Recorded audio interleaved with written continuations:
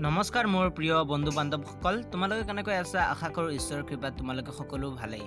বন্ধুসকল, আজি আমি আলোচনা কৰিবলৈ গৈছোঁ আমাৰ আধুনিক ৰাজনৈতিক দৰ্শন যিটো আছে সেইটো পল HC 6016ৰ চেপ্টাৰ নম্বৰ 4। এইটোৱে লাষ্ট আছিলে আৰু ইয়াৰ শ্বৰ্ট কুৱেশ্যনখিনি তোমালোকে ভালদৰে চাই ল'বা, কাৰণ ইয়াৰ পৰা কিছুমান কুৱেশ্যন বহুতেই ইম্পৰ্টেণ্ট আছে আৰু অহাৰ সম্ভাৱনা যথেষ্ট বেছি। বন্ধুসকল, ইয়াৰ পিছত আমি লং কুৱেশ্যন আনচাৰ ডিছকাশ্যন কৰিম এইটো পাৰ্টৰ। তোমালোকে সেই লং আনচাৰখিনি বোৰ্ডত পাই যাবা আৰু মই ডিছকাছ কৰিম, তাৰ কনচেপ্টৰ ওপৰত ধ্যান দিম। তোমালোকে কনচেপ্টখিনি ক্লিয়াৰ কৰি ল'লেহে পাৰিবা, ঠিক আছে? আৰু কুৱেশ্যন আনচাৰ কিছু ইম্পৰ্টেণ্ট চাই তোমালোকক দি দিম, ঠিক আছে? এতিয়া আমি চাওঁ ইয়াৰ শ্বৰ্ট কুৱেশ্যন কি আহিব। সংস্কাৰবাদীসকল, ঠিক আছে? ৰেডিকেল চাওঁ কি আছে। প্ৰথম কুৱেশ্যনটো আছে বৈজ্ঞানিক সমাজবাদৰ জন্মদাতা কোন? এইটো হ'ব আনচাৰ কাৰ্ল মাৰ্ক্স, ঠিক আছে? এংগেলছৰ লগত লগ লাগি মাৰ্ক্সে ৰচনা কৰা গ্ৰন্থখনৰ নাম কি? Communist manifesto. ইয়াৰ পিছত কুৱেশ্যন নম্বৰ 3, ডাছ কেপিটেল গ্ৰন্থখনৰ ৰচক কোন? এইটো হ'ব Karl Marx. Question number 4, Karl মাৰ্ক্সৰ কোনখন গ্ৰন্থক কমিউনিষ্টসকলৰ বাইবেল হিচাপে আখ্যা দিয়া হয়? এইটো হ'ব ডাছ কেপিটেল গ্ৰন্থখনক। ইয়াৰ পিছত question number 5, civil war in France গ্ৰন্থৰ ৰচক কোন? Karl Marx. দণ্ডাত্মক বস্তুবাদ বুলিলে কি বুজা? কুৱেশ্যন নম্বৰ 6 হৈছে দণ্ডাত্মক বস্তুবাদ বুলিলে কি বুজা? এনচাৰ হ'ব দণ্ডাত্মক বস্তুবাদক মাৰ্ক্সীয় ধাৰণাৰ মূল ভেটি বুলি কোৱা হয়। সকলো ধৰণৰ সমস্যা সমাধানৰ কাৰণে মাৰ্ক্সবাদীসকলে এই পদ্ধতিৰ ওপৰত নিৰ্ভৰ কৰে, ঠিক আছে? দণ্ডাত্মক বস্তুবাদ মানে হৈছে মাৰ্ক্সীয় ধাৰণাৰ মূল ফাউণ্ডেশ্যন হয়, ঠিক আছে? আৰু যিকোনো সমস্যা তেওঁলোকে সমস্যা সমাধান কৰিবলৈ কি কৰে? এইটো ব্যৱস্থা হাতত লয়, ঠিক আছে? এইটো পদ্ধতি তেওঁলোকে হাতত লোৱা দেখা যায়। তেওঁলোকৰ মতে দণ্ডাত্মক পদ্ধতিয়ে যিকোনো ঘটনা বিশ্লেষণ কৰাত সহায় কৰে। তেওঁলোকৰ মতে যিকোনো এটা ঘটনা বিশ্লেষণ কৰিবলৈ তাৰ আঠিগুৰিবিলাক ভালদৰে চাবলৈ কি কৰিব লাগে? দণ্ডাত্মক পদ্ধতিৰে তাৰ বিশ্লেষণ কৰিব লাগে। এই পদ্ধতিৰ সহায়ত ঘটনাৰ লগত জড়িত কাৰণসমূহ জ্ঞান লাভ কৰা সহজ। ঘটনাই বৰ্তমান কোন পিনে গতি কৰিছে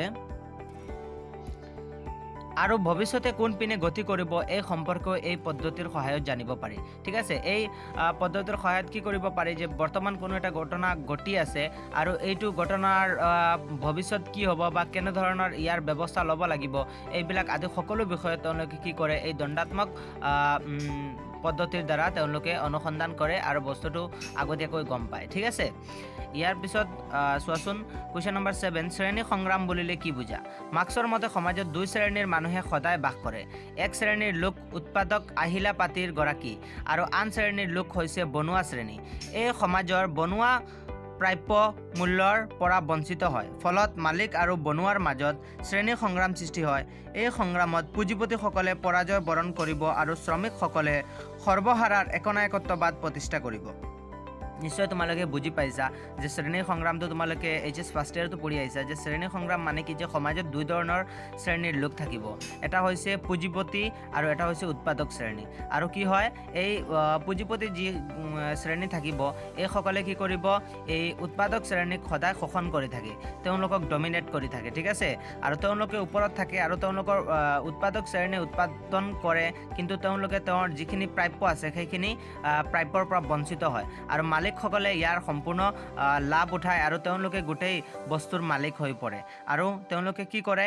উৎপাদক শ্ৰেণীক বিভিন্ন ধৰণে কি কৰে? তেওঁলোকক শোষণ কাৰ্য চলায়, ঠিক আছে? বুজিব পাইছে চাগে? ইয়াত কুৱেশ্যন নম্বৰ 8 চোৱা।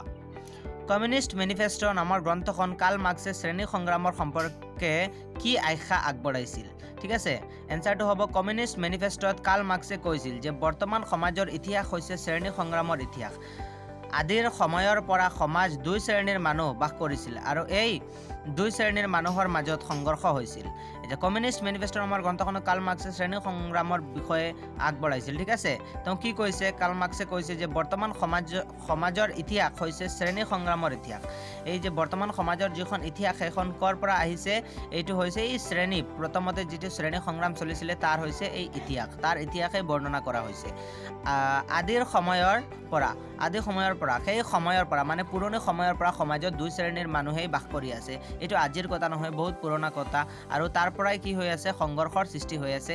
এইখিনি তেওঁ কমিউনিষ্ট মেনিফেষ্টো নামৰ গ্ৰন্থখনত উল্লেখ কৰিছে। কুৱেশ্যন নম্বৰ 9 হৈছে চোৱা শ্ৰেণী সংগ্ৰামৰ এটা বৈশিষ্ট্য লিখা। এনচাৰ হ'ব শ্ৰেণী সংগ্ৰামৰ এটা বৈশিষ্ট্য হ'ল শ্ৰেণী সংগ্ৰামৰ ফলত সমাজৰ বৈপ্লৱিক পৰিৱৰ্তন হৈছিল আৰু কেতিয়াবা এই সংগ্ৰামত লিপ্ত দুই শ্ৰেণীৰ লোকৰ ধ্বংসপ্ৰাপ্ত হৈছিল। অৰ্থাৎ শ্ৰেণী সংগ্ৰামৰ ফলত সমাজৰ কি হয় বৈপ্লৱিক পৰিৱৰ্তন হৈছিল আৰু কেতিয়াবা এই সংগ্ৰামত লিপ্ত দুই শ্ৰেণীৰ লোকৰ ধ্বংসপ্ৰাপ্তও হৈছিল। কি হৈছিলে যে শ্ৰেণী সংগ্ৰামৰ ফলত কি হৈছিলে এক বিতংকৰ সৃষ্টি হৈছিলে আৰু দুয়োটা শ্ৰেণীৰ মাজত কি হৈছিলে ধ্বংসৰ সৃষ্টি হৈছিলে। দুয়োটা মানে শ্ৰেণীয়ে কি কৰিছিলে কিছু নহ'লে কিছু বস্তু হেৰুৱাব লগা হৈছিলে আৰু কি কৰিছিলে বিভিন্ন কষ্টত ভুগিবলগীয়া হৈছিল। ঠিক আছে। কুৱেশ্যন নম্বৰ 10 হৈছে কাৰ্ল মাৰ্ক্সৰ মতে সমাজৰ সংঘাত হোৱা শ্ৰেণী দুটা কি কি? এনচাৰ হ'ব কাৰ্ল মাৰ্ক্সৰ মতে সমাজত সংঘাত হোৱা শ্ৰেণী দুটা হৈছে পুঁজিবাদীসকল আৰু বনুৱাসকল। ঠিক আছে, নিশ্চয় এইটো বুজি পাইছা। কুৱেশ্যন নম্বৰ 11 হৈছে শ্ৰেণী সংগ্ৰামৰ ফলত কেনেকুৱা সমাজৰ সৃষ্টি হয়?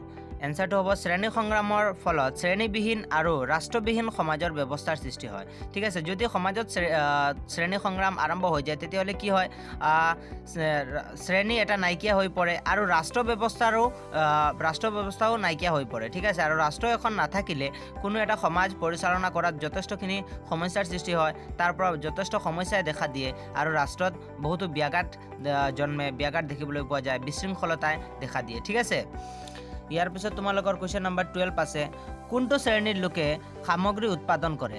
এনচাৰটো হ'ব বনুৱা শ্ৰেণীৰ লোকে সামগ্ৰী উৎপাদন কৰে। ঠিক আছে।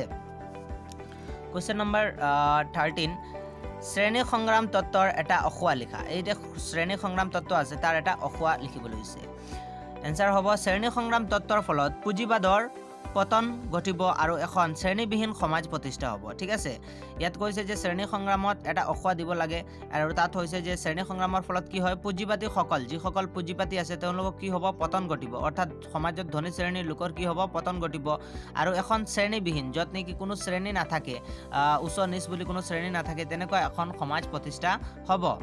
তেতিয়াও শ্ৰমিকসকলৰ মাজত যে একতা আৰু শ্ৰেণী সচেতনতা থাকিব সেইটো কেতিয়াও আশা কৰিব নোৱাৰি আৰু তেতিয়াও যে শ্ৰমিক যিসকল আছে তেওঁলোকৰ মাজত যে একতা থাকিব আৰু শ্ৰেণীৰ বিষয়ে সচেতনতা থাকিব সেইটো আমি কেতিয়াও আশা কৰিব নোৱাৰি, কাৰণ শ্ৰমিক শ্ৰেণীৰ মাজত মতানৈক্য ঘটিব পাৰে আৰু কি হ'ব পাৰে এই যে শ্ৰমিক শ্ৰেণী তেওঁলোকৰ ভিতৰতো মতানৈক্য ঘটিব পাৰে, তেওঁলোকৰ ভিতৰত আকৌ উচ্চ জাতি বা উচ্চ শ্ৰেণীৰ লোক ওলাব পাৰে, আকৌ এইটো মতানৈক্য ঘটিব পাৰে, আকৌ নতুনভাৱে কি হ'ব পাৰে শ্ৰেণীৰ সৃষ্টি হ'ব পাৰে। গতিকে আমি একেবাৰে শ্ৰেণীটো নাইকিয়া হ'ব বুলি আশা কৰিব নোৱাৰোঁ। ঠিক আছে। কুৱেশ্যন নম্বৰ 14 চোৱা মাৰ্ক্সে ৰাষ্ট্ৰ সম্পৰ্কে কি মন্তব্য আগবঢ়াইছিল? মাৰ্ক্সৰ মতে ৰাষ্ট্ৰ কেতিয়াও সাৰ্বজনীন অনুষ্ঠান নহয়, ই প্ৰাকৃতিক অনুষ্ঠানো নহয়। ৰাষ্ট্ৰই কেতিয়া কি কৈছে ইয়াত ৰাষ্ট্ৰ বোলে কাৰ্ল মাৰ্ক্সৰ মতে কি কৈছে ৰাষ্ট্ৰ সাৰ্বজনীন অনুষ্ঠান নহয়, সকলোৰ অনুষ্ঠানো নহয় বোলে আৰু প্ৰাকৃতিক অনুষ্ঠানো নহয়, আৰু এইটো যে প্ৰাকৃতিকভাৱে সৃষ্টি হৈছে তেনেকুৱা অনুষ্ঠানো বোলে নহয়। ৰাষ্ট্ৰই কেতিয়াবা সকলো শ্ৰেণীৰ লোকৰ মংগল কামনা নকৰে। ঠিক আছে, ৰাষ্ট্ৰই সকলো শ্ৰেণীৰ লোকৰ মংগল কামনা বোলে নকৰে। তেওঁৰ মতে যিসকল লোকৰ অৰ্থনৈতিক স্বচ্ছতা আছে সেইসকল লোকেই ৰাষ্ট্ৰৰ শাসন কাৰ্য নিয়ন্ত্ৰিত কৰে আৰু এই শাসক শ্ৰেণীৰ লোকৰ স্বাৰ্থ পূৰণৰ কাৰণে ৰাষ্ট্ৰই সকলো ব্যৱস্থা গ্ৰহণ কৰে। ইয়াত কি কৈছে যে ইয়াত ৰাষ্ট্ৰ যিটো হৈছে সেইটো কোনো প্ৰাকৃতিক অনুষ্ঠানো নহয়। ঠিক আছে, আৰু এইটো কি নহয় বুলি কৈছে প্ৰাকৃতিক অনুষ্ঠানো নহয় আৰু এইটো কি নহয় সাৰ্বজনীন নহয়, সকলোৰ কাৰণেও নহয় বুলি কৈছে। ঠিক আছে, আৰু ইয়াত মাত্ৰ কি হয় উচ্চ শ্ৰেণীৰ লোকেহে মৰ্যাদা পায়, বাকী সকলো শ্ৰেণীৰ লোকে ইয়াত মৰ্যাদা ইমান নাপায়। ঠিক আছে, আৰু উচ্চ শ্ৰেণীৰ লোকেহে তেওঁলোকৰ স্বাৰ্থ পূৰণৰ কাৰণে ৰাষ্ট্ৰটো গঠন কৰে আৰু তেওঁলোকে নিজৰ স্বাৰ্থটোহে পূৰণ কৰে, বেলেগৰ স্বাৰ্থৰ পিনে এইটো চকু নিদিয়ে। ঠিক আছে, ইয়াৰ পিছত মাৰ্ক্সৰ মতে ৰাষ্ট্ৰ এখনৰ সাৰ্বজনীন অনুষ্ঠান হয়নে? এনচাৰ হ'ব সাৰ্বজনীন অনুষ্ঠান নহয়, অলপ আগতে পাই আহিছে হয়নে নহয়। কুৱেশ্যন নম্বৰ 17 মাৰ্ক্সৰ মতে ৰাষ্ট্ৰ এটা স্থায়ী অনুষ্ঠান হয়নে? এনচাৰ হ'ব নহয়। কুৱেশ্যন নম্বৰ 18 সৰ্বহাৰাৰ একনায়কত্ববাদ কেনেকৈ প্ৰতিষ্ঠা কৰা হয়? এনচাৰটো হ'ব পুঁজিবাদী সমাজৰ মালিক আৰু বনুৱা এই দুই শ্ৰেণীৰ মাজত সংগ্ৰাম হ'ব আৰু এই সংগ্ৰামত পুঁজিপতিসকলে পৰাজয় বৰণ কৰিব আৰু তেতিয়া শ্ৰমিকসকলে সৰ্বহাৰাৰ একনায়কত্ববাদ প্ৰতিষ্ঠা কৰিব। ঠিক আছে, সৰ্বহাৰা একনায়কত্ববাদ কেনেকৈ প্ৰতিষ্ঠা কৰিব? যেতিয়া কি কৰিব পুঁজিবাদী সমাজৰ মালিক আৰু বনুৱা এই দুই শ্ৰেণীৰ মাজত কি হ'ব সংগ্ৰাম হ'ব আৰু এই সংগ্ৰামত কি হ'ব পুঁজিবাদীসকলে পৰাজয় বৰণ কৰিব আৰু তেতিয়া কি হ'ব শ্ৰমিকসকলে সৰ্বহাৰা একনায়কত্ববাদ প্ৰতিষ্ঠা কৰিব।